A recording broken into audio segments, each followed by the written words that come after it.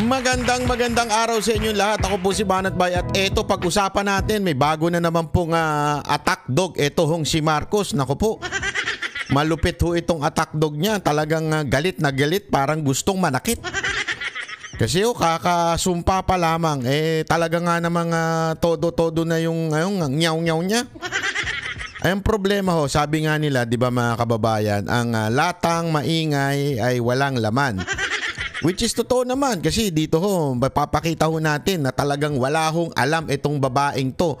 Hindi ko alam kung bigla lang talagang inappoint to dahil sa sobrang kasipsipan. Dahil ho sa araw-araw niyang binabanatan ho ang mga Duterte sa kanyang video. May channel ho kasi ito Meron ho itong channel sa YouTube. At ewan ko nga, meron pa tong radio station. Meron itong programa. Ewan ko, paano naging abogado ito? Parang walang kaso hatang hinahawakan ito. Hindi ako, nagtatanong lang naman kasi busy kang kakabablog. Busy ka sa radyo mo. O, di ba? Ikaw abogado ka, alam ng mga abogado yan. Dami kong kaibigang abogado. Wala nang oras yan. Wala nang oras manood ng social media. Mas lalo namang walang oras gumawa ng vlog. Actually, may mga nakausap nga akong abogado sabi nga nila medyo parang na hindi pa sa kanila pumapasok na sistema yung ikaw ay isang abogado pero nagbablog ka kasi una-una sabi nila wala daw sa oras at parang medyo hindi pa nila ganun na naiintindihan na parang ang dating sa kanila medyo may katsipan. Pag abogado ka na nagbablog ka, ibig sabihin wala kang kaso. Sa dami unang ginagawa sa kaso, sa isang kaso, kung meron lang, talagang wala ka ng oras. Kaya nga itong babaeng ito, hindi ko alam kung may kaso ba itong hinahawakan, hindi ko alam kung ano ba ginagawa talaga nito sa buhay. Pero ang alam ko, vlogger ho ito. Na bumabanat sa mga Duterte, tas bigla na lang namula tayo at siya na ho ang taga-attack sa mga Duterte, sa mga Duterte supporter. Bigla na lang naging attack dog at na-appoint. O, di ba? So magtataka ka talaga dito.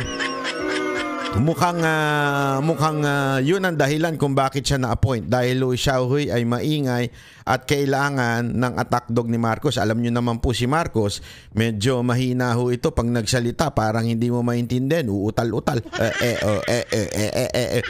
Hindi niya mabigay yung ano niya. Kita niyo sabi niya nung una, hindi niyo ba nakita inconsistency nitong maman to? Sabi niya nung una, hindi siya mag-appoint ng spokesperson. Tapos eventually nag-appoint siya, napalitan. Kada taon napapalitan yung spokesperson niya, di ba? Kaya nga sabi ko nga dito bakit kaya? Siguro naghahanap siya ng pareho niya na gumaganong-ganon din. Wala siya makita.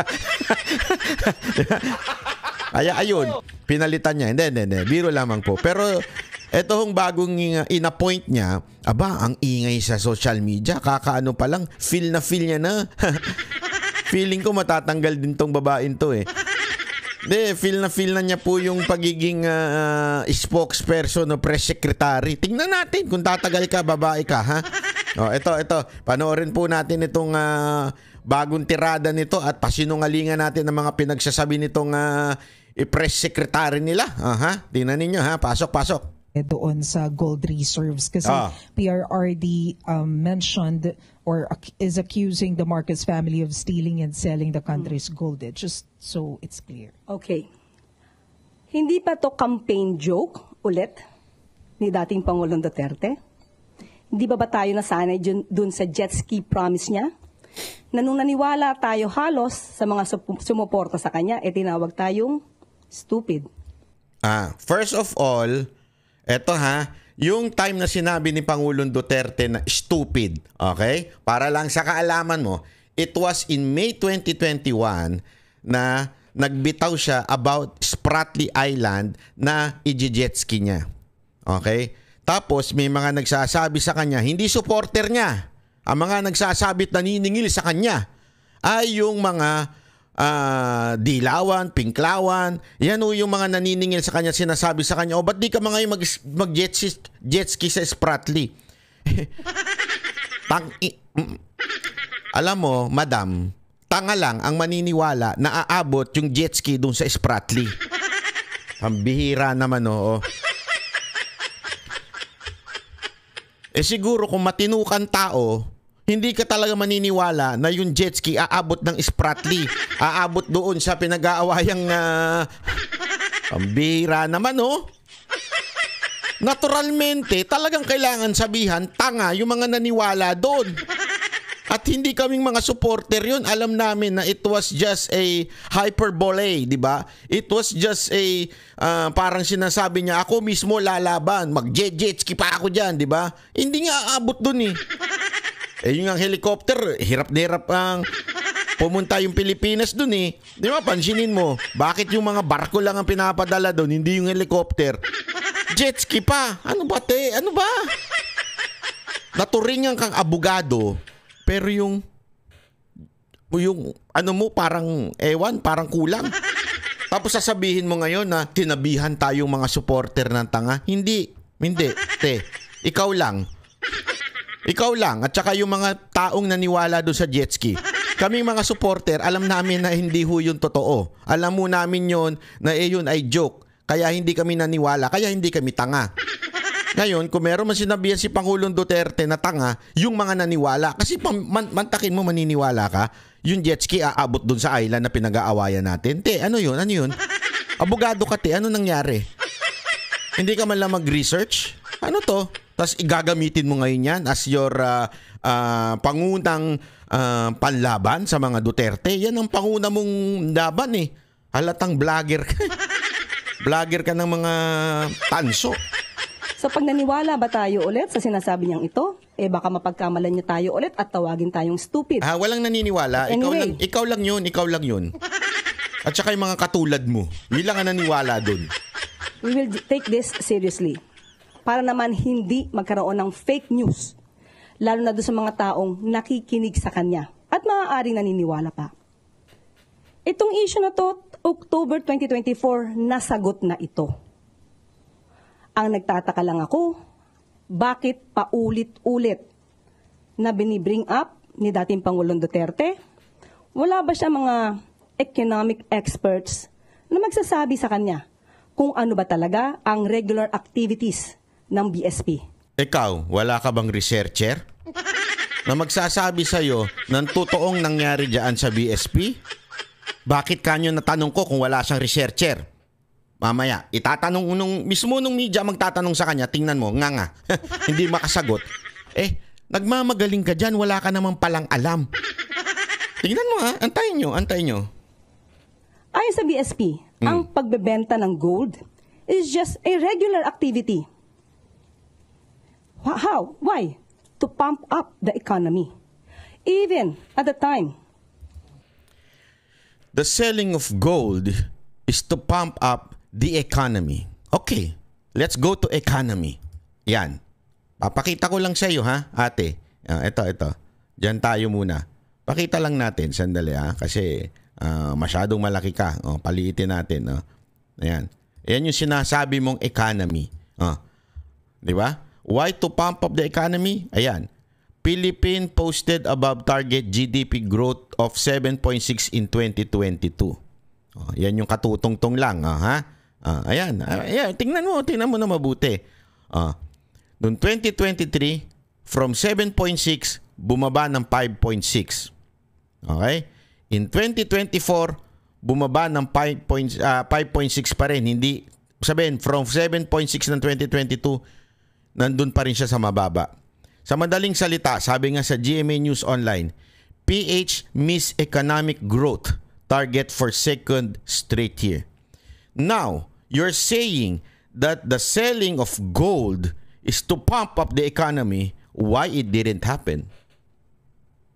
Sige, sagot ka. Magkaalaman tayo. Kung may alam ka talaga. Sinasabi mo ngayon na i-pump up yung economy. Diba? Yan ang sinasabi mo.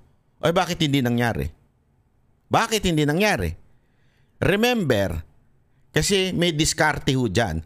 Ang gold is like a stocks. Okay? May panahon na nagbebenta, may panahon na tayo ay nagkikip. Ibig sabihin, hindi tayo dapat magbenta. Merong diskarte yan. Okay? Ituloy natin para sa kaalaman ng lahat. Ayan ha. Diyan pa lang yung palusot niya na economy daw. Sablay na kagad. Sabi ko nga sa'yo, madam do your research, okay? Do your research. Hindi ka lalagpas sa mga Duterte vloggers. Ang galing po yan sa isang vlogger yung mga clippings na yan. Ito, tuloy. Of former President Duterte, trabaho na ito ng BSP. Hindi niya ba alam iyon? Alam namin yan. Hindi yun ang sinasabi. Ikaw naman, hina ng kukote mo. Alam namin trabaho ng BSP na magbenta ng gold. That's not the question. Okay? Ang question dito, why? Sa lahat ng nagbenta ng gold, tayo ang pinakamalaki sa maling panahon. Papatunayan natin yan, pero ituloy mo muna yung kakadaldal mo dyan. Okay. Now, sinabi nga dito, ang pagbebenta ng gold, kung mataas ang presyo, dapat ibenta. Sinabi din ng BSP, hindi pwede silang mag-hold that much of a gold. Okay? Now. Sige, dyan tayo sa sinasabi mong gold. Ayan, ipapakita ko naman sa iyo. Yung mismong sinabi ng kapatid na may punto nga siya dito. Ayan, pakita natin. Ang pagbebenta ng gold, kung mataas ang presyo, dapat ibenta. Nakikita niyo yung graph sa taas? Yan po sa kaliwa, yung kulay medyo green. Ewan ko kung anong kulay yan. Medyo color blind ako Yang nasa kaliwa na yan, nandito sa picture ni above niya, si Claire. Nakita niyo yan? Wala ang Pilipinas dyan na nagkikip. Napakarami ang hindi. Ayan, central banks that bought. Ibig sabihin, hindi nagbenta. Okay? Ito yung mga bansa na bumili. Ayan, malinaw yan Sandali, hindi ko nakikita ng bahagya. Labas natin dito. Wait, automatic ko desay. Ayan po, ayan.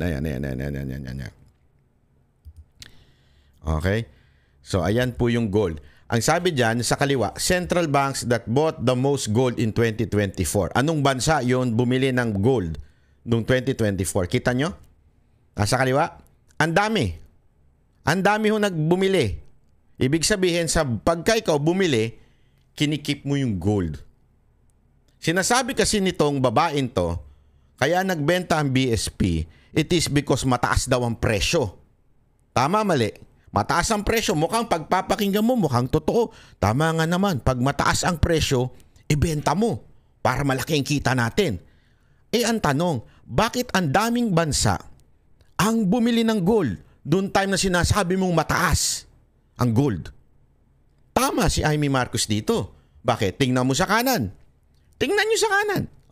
Sa kanan, central banks that sold the most gold in 2024.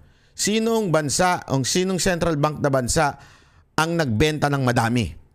Same time to Dito sa kaliwa, yung bumili. Bakit ang daming bansa ang mas lalong bumili? Bakit nung sa bentahan na, yung nag-release ng gold, Pilipinas lang ang pinakamarami? Naintindihan mo? Ibig sabihin, ang diskarte dapat, sabi nga ni Amy Marcos, pag nag-reserve ka, nag-iipon ka, hindi ka nagbebenta. Okay? So many countries are in fact in a mad rush to acquire gold. Here we are unloading our own gold. May punto doon. Habang yung ibang bansa daw, nagra-rush sila mag-acquire ng maraming gold. Kasi nga, tumataas yung gold. So gusto nila maraming gold sila. Anong ginawa ng Pilipinas? Nagbenta ng ginto. Yes, you are right. Tama ka sa sinasabi mong natural na trabaho yan ng BSP, pero mali ang diskarte nila. Ibinenta nila ng alanganin. Yan ang tanong dyan. Yan ang sinasabi ni Duterte. Bakit ibinenta ng alanganin? Habang yung ibang bansa, they are acquiring gold. Bumibili sila. Habang tayo, ibinebenta natin. Bakit? Tayo lang. Kita nyo, ang laki ng graph Ang laki ng difference ng graph. Diba? Tayo lang ang nagbenta ng ganyang kalaki. Yung ibang bansa nagtatago ng gold. Bakit? Yan ang hindi mo maipaliwanag. Kasi nga, madam, kung ikaw ay press secretary, mag-hire ka ng researcher mo para hindi ka nagmumukhang tanga. Gago! Yun ang totoo. Hindi seryoso ito.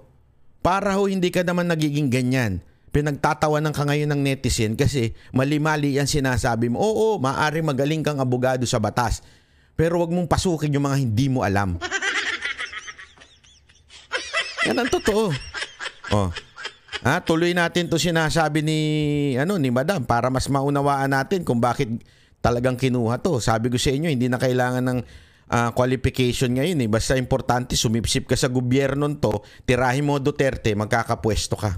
Nagtataka lang tayo, bakit hindi ito alam ng dating? Naks naman, parang akala mo, alam na alam mo, ikaw ang walang alam. Ikaw ang walang alam. Maling diskarte ang magbenta ng gold. Hindi ko alam kung saan mo nakuha yan. Sabi mo, eto the main purpose na sinasabi mo, kaya tayo nagbenta to pump up the economy. Tumaas ba ang GDP? Umangat ba tayo? Hindi. Oh, where the fuck is that yung sinasabi mong tumaas ang ekonomiya? Sorry, I'm not hindi kita binumura. Kaya lang, asa expression yun. Asan yun? Asan yun? Asan po yung sinasabi mo umangat ang ekonomiya nung nagbenta tayo ng gold? Kasi yun ang sinabi mo, pump up the economy. Bumagsak tayo eh. Gets mo? Siguro naman, kuha mo na. Pangalawa, normal lang nagawain niya ng BSP ang magbenta ng gold. Oo nga, normal. Syempre sila ang in charge dyan.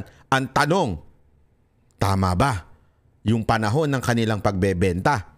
Na naayon sa data, hindi sa kwento-kwento mo. Ayon sa data, mali ang magbenta ng madaming gold nun. Siguro bago siya magbigay ng gitong klaseng intriga, mapapansin nyo sa kanya mga statements, hindi naman detailed. Ikaw, bago ka magbigay ng iyong mga salita, kasi supposedly you are the spokesperson of the president eh. Bago ka magsalita ng ganyan, alam mo madam, mag-research ka. Kasi pinahihiya mo na nga yung presidente, mali-mali pa yan sinasabi mo. Mas maganda siguro bumalik ka na lang sa pagbablog. Wala kayong alam eh. Anong proof niya? Again, as a lawyer. He is a lawyer. He became a fiscal. You are a lawyer. You are a lawyer. Pareho kayong lawyer, pero kung paano magkuha ng ebidensya? Ikaw din, alam mo rin kung paano kumuha na may ebidensya. May pinresinta kang ebidensya dyan? Wala. Kami, mga Duterte supporter, eto pinipresenta namin sa inyo ebidensya na yung sinasabi mong to pump up the economy, walang nangyari. Asan ang ebidensya mo? Nga. Tatanungin ka na media, asan ang data mo? Wala ka masasagot. Tingnan mo. Tingnan mo. No? To get the truth. Bakit sa kanya parang wala siyang ebidensya? Laging paintriga. All we want here is evidence. Ako, nagpresenta sa ebidensya, ikaw wala. May pinresenta kang ebidensya? May pinresenta kang data? Wala. Asan sinasabi yung ebidensya? Niloloko mo kami.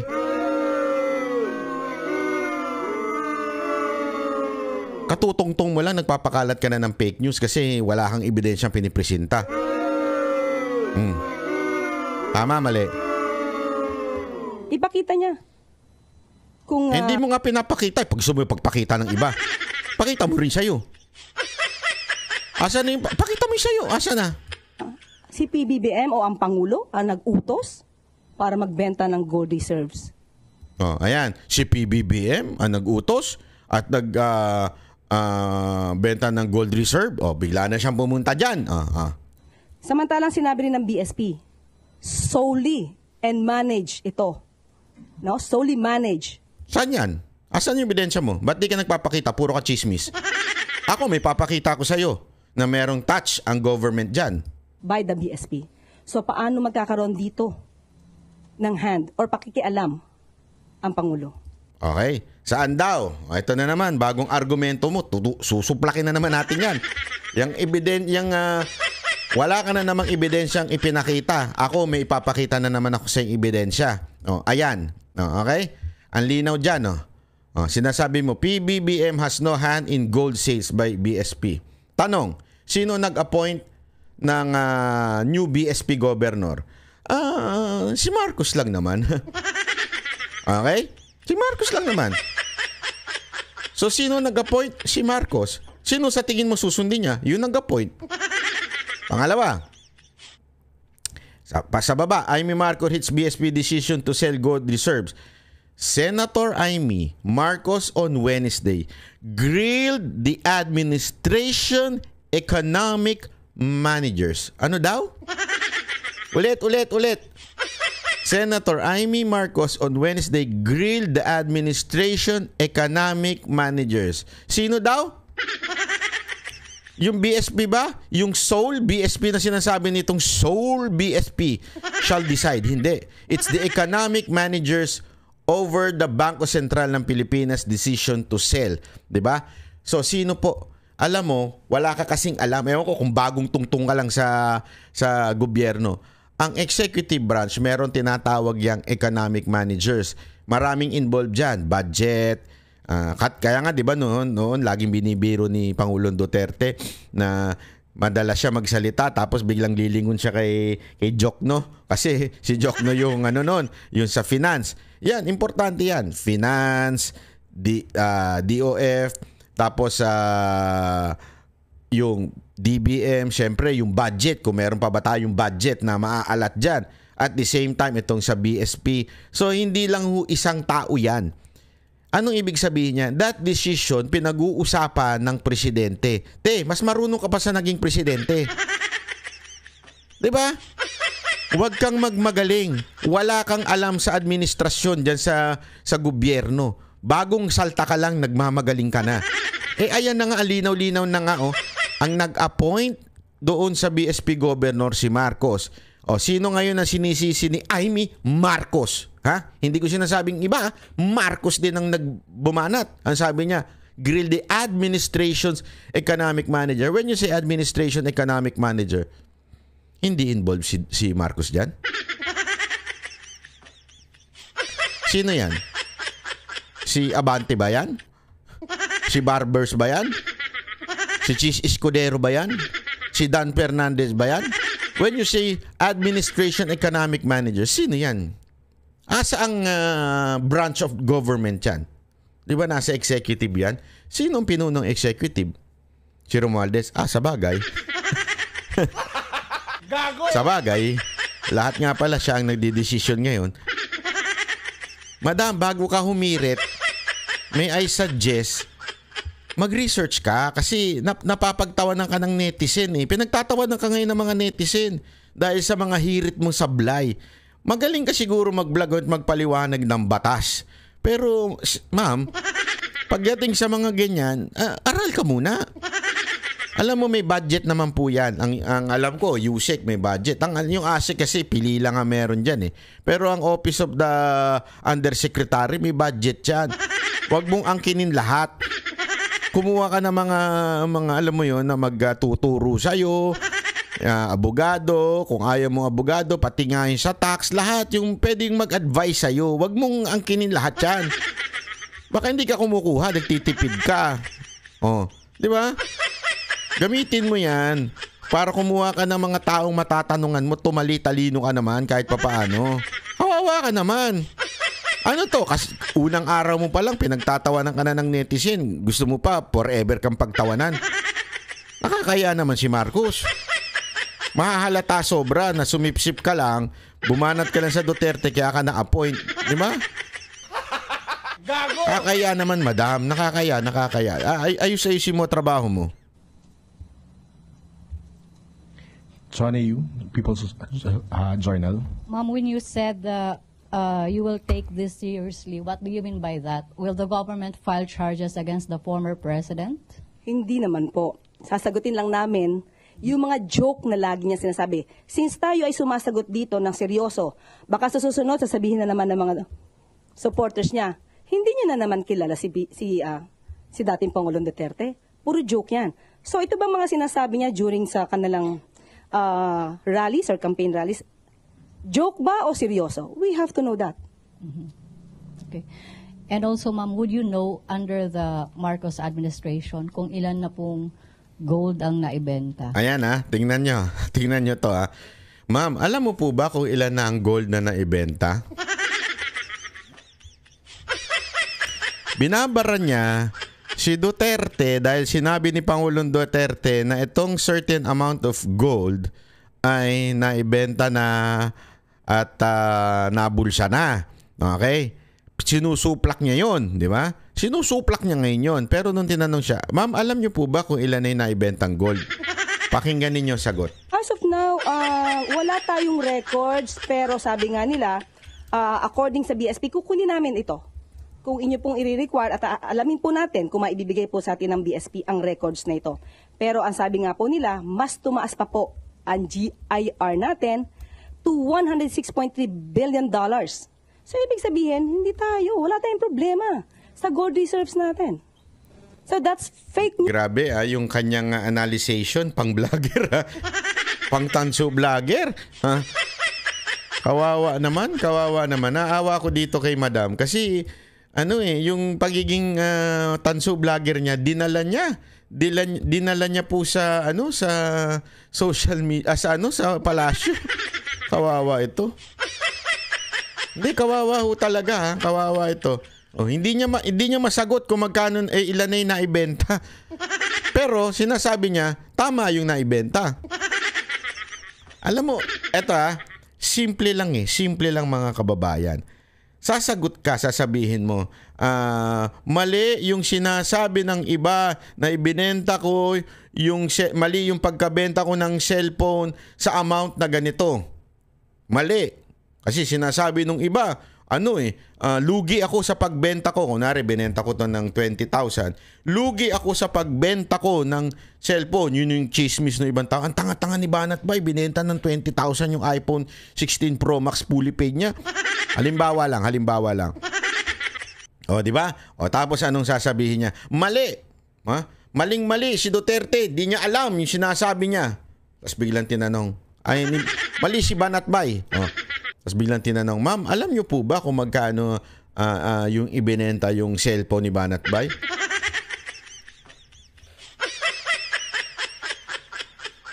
Hindi, basta. Sabi ng pinagbentahan niya, mali. Hindi mo alam yung data, pero ang lakas ng loob mo mambara. Oh my golly, what happened to you, attorney? Akala ko ba we should base our answer and argument on tawag dito, on evidence. Bakit wala po kayong ebidensya may labas? Sinubukan yung basahin, hindi nyo mabasa. Binigyan ko na kayo ng tip bukas mag-research na po kayo kasi kawawa naman po ang mamamayan kung kayo magsasalita sa presidente tas hindi wala kayong kaalam-alam. Kakahiya ho yun, di ba? Nakakahiya. Sana mag-ano na ho kayo, mag-research na. Kami ang boses ng masa, hindi natatakot. Katotohanan lang, di kami nalulunod. Walang bahid ng sismis, lahat ay totoo. Kahit sino ka pa, pag mali ka, babanatan ka. Walang pinipili kulay, wala kaming kinikilingan. Basta para sa bayan, kami lalaban. Pag tama palakpakan, pag mali banatan. Di matitinag, di matatakot, para sa bayan tuloy ang sigaw. Sa harap ng kamera, walang halong takot. Mga baluktot, lahat kayo'y tutumba. Ang hustisya at totoo, yun lang ang mahalaga. Kahit sinong harang, di kami matitinag.